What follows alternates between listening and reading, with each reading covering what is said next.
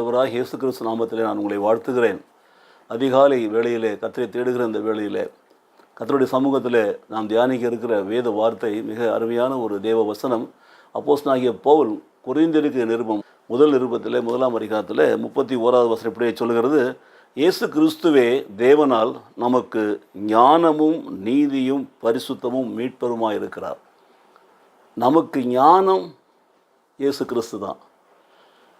நமக்கு நம்முடைய வாழ்க்கையிலே பாருங்கள், நம்முடைய நீதி இயேசு கிறிஸ்து தான். நம்முடைய பரிசுத்தம் அதுவும் இயேசு கிறிஸ்து தான். நம்முடைய மீட்பு அதான் இயேசு கிறிஸ்து தான். ஸோ இயேசு கிறிஸ்து தான் எல்லாமா இருக்கிறார் என்பதை இந்த காலை வேளையில் உணர வேண்டும். உங்களுக்கு ஞானம் வேண்டுமா? கர்த்தராகிய இயேசு கிறிஸ்து நோக்கி பாருங்கள். சம்பூர்ணமாய் கொடுக்கிறவர், பரிபூர்ணமாய் கொடுக்கிறவர். அவரை பற்றி அறிகிற ஞானத்தை உங்களுக்கு கொடுப்பார். கர்த்தர் யார், எப்படிப்பட்டவர், கர்த்தருடைய வல்லமை சத்துவம் என்ன, அதை உணர்வது தான் மிக பெரிதான ஞானமாக இருக்கிறது. நான் ஆராதிக்கிற ஆண்டவர் சர்வ வல்லமை உள்ள தேவன். அவரால் செய்யக்கூடாத காரியம் ஒன்றுமே இல்லை என்பதை நான் விசுவாசிக்கிறது தான் ஞானமாக இருக்கிறது. அப்போது இயேசு கிறிஸ்துவை வெளிப்படுத்தின தேவன், அந்த தேவன் அவராலே நமக்கு ஞானத்தையும் கொடுக்குறாராம். பார்த்தீங்களா? ஞானம் என்பது கடவுளுடைய வல்லமை அறிந்த பிற்பாடு, கடவுளுடைய பரிசுத்தை அறிந்த பிற்பாடு அவருக்கேற்ற பரிசுத்தத்திலே வாழ்கிறது தான். உண்மையும் உத்தமமாய் நடக்கிறது தான். அவருக்கு பிரியமான காரியங்களை செய்கிறதா என்பதை நாம் மறந்துவிடவே கூடாது. ஆகவே அவர் கல்வாரி சிலுவையிலே இரத்தம் சிந்தி தன் ஜீவனை கொடுத்து நம்மை மீட்டு கொண்டார் அல்லவா? பாவியாக இருந்த அத்தனை பேரையும் அவர் நீதிமான்களாய் மாற்றினார் அல்லவா?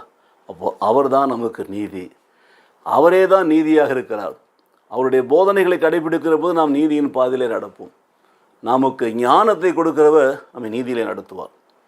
ஞானத்தை பெற்றுக்கொண்ட அத்தனை பேரும், கடவுளுக்கு பயந்து நடக்கிற அத்தனை பேரும் நீதியின் பாதையிலே நடப்பார், நீதி உள்ளவர்களாக இருப்பார். ஸோ நீதி இல்லை, அநீதியாக இருக்கிறோம் என்று சொன்னால் there is no Christ in you, there is no fear of God in you. அதுதான், that is the reason for your misbehavior. ஆகவே நீதியின் பாதை, நீதி நமக்கு வேண்டும், நீதியாய் நடக்க வேண்டும், நீதியின் பாதையில் நடக்க வேண்டும், நீதிமானாய் வாழ வேண்டும் என்று சொன்னால் இயேசு கிறிஸ்து தான். மறுபடியும் அவரே தான் நமக்கு எல்லாம். He is the role model. He is the God who gives us justified life, righteous life.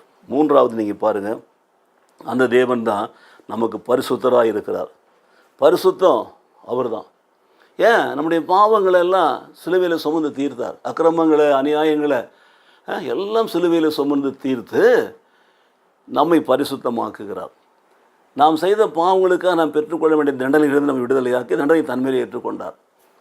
இலவசமாய் நம்மை கிருபையினாலே ரட்சித்து கொள்கிறார், நீதிமானாய் மாற்றுகிறார்.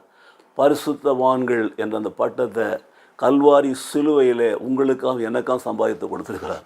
அவரால் தான் பரிசுத்தமாகிறோம். நாமே நம்ம பரிசுத்தப்படுத்தி கொள்ள முடியாது. இயேசு கிறிஸ்துவின் ரத்தம் சகல பாவங்களை நீக்கி நம்மை சுத்திகரிக்கிறது. அதுதான் நம்மை பரிசுத்தமாய் மாற்றுகிறது. அப்படி நம்மை பரிசுத்தமாய் மாற்றுகிறவர், ஞானத்தை கொடுக்கிறவர், அவரை பற்றி அறிகிற அறிவை கொடுக்கிறவர் மாத்திரமல்ல, நம்மை நீதியின் பாதையில் நடத்துகிறவர். அதோடு மாத்திரமல்ல, நம்மை பரிசுத்தமாய் மாக்கினவர், நம்மை மீட்டு கொள்ளுகிறார். அவரே நம்முடைய மீட்பர். ஈஸ் அவர் ரெடீமர், ஈஸ் அவர் சேவியர். அவர் தான் நம்முடைய ரட்சகர், அவர் நம்முடைய மீட்பர். அப்போது மீட்பையும் கொடுக்குறார் பாருங்கள். ஸோ பாவியாக இருக்கிற ஒரு மனுஷனை, ஆண்டவரை அறியாத ஒரு மனுஷனை ஆண்டவர் தெரிந்து கொள்கிறார். ஆண்டவரை அறிகிற ஞானத்தை கொடுக்கிறார். அவனை நீதிமானாய் மாற்றுகிறார், நீதியின் பாதையில் நடத்துகிறார். அவனுக்குள் பரிசுத்தத்தை கொடுக்கிறார், பரிசுத்தமானாய் நியமிக்கிறார், நியமிக்கிறார். அதோடு மாத்திரமாமல் அவனை மீட்டு கொள்ளுகிறார், தன்னுடைய மகனாக, தன்னுடைய மகளாக, தன்னுடைய பிள்ளையாக. ஆகவே மீட்பர் ஞானத்தை கொடுத்து, நீதியை கொடுத்து, பரிசுத்தை கொடுத்து, மீட்பருமாய் நம்மை மீட்டு கொள்ளுகிற அந்த நல்ல தேவனை நோக்கி பார்ப்போமா? இன்றைக்கு அந்த மீட்பு உங்களுக்கு வேண்டுமா? அவரை பற்றி அறிகிற ஞானத்தை பெற்றுக்கொள்ள வேதத்தை வாசியுங்கள், தியானியுங்கள். அவரிடத்தில் ஒப்புக்கொடுங்கள், நீதியின் பாதையில் நடத்துவார். அவரிடத்தில் ஒப்புக்கொடுங்கள், உங்களை பரிசுத்தராய் மாற்றுவார். மாத்திரமல்ல, அவருடைய மீட்பராக, உங்கள் மீட்பராக இருந்து உங்களை ஆசீர்வதிப்பார். ஜெபிப்போமா? எங்கள் அன்பின் நேச பிதாவே, தேவனாலே இயேசு கிறிஸ்துவே எங்களுக்கு ஆண்டவரே ஞானமும், ஆண்டவரே நீதியும், ஆண்டவரே பரிசுத்தமும் மீட்பருமாக இருக்கிறபடினால் உம்மை துதிக்கிறோம், ஸ்தோத்திரிக்கிறோம். அந்த ஞானத்தை எங்களுக்கு கொடுத்து எங்களை நீதிமானாக்கி எங்களை பரிசுத்தத்தில் நடத்தி எங்களை மீட்டுக் கொள்வீராக. இயேசு கிறிஸ்து நாமத்திலே பிதாவே, ஆமேன், ஆமேன்.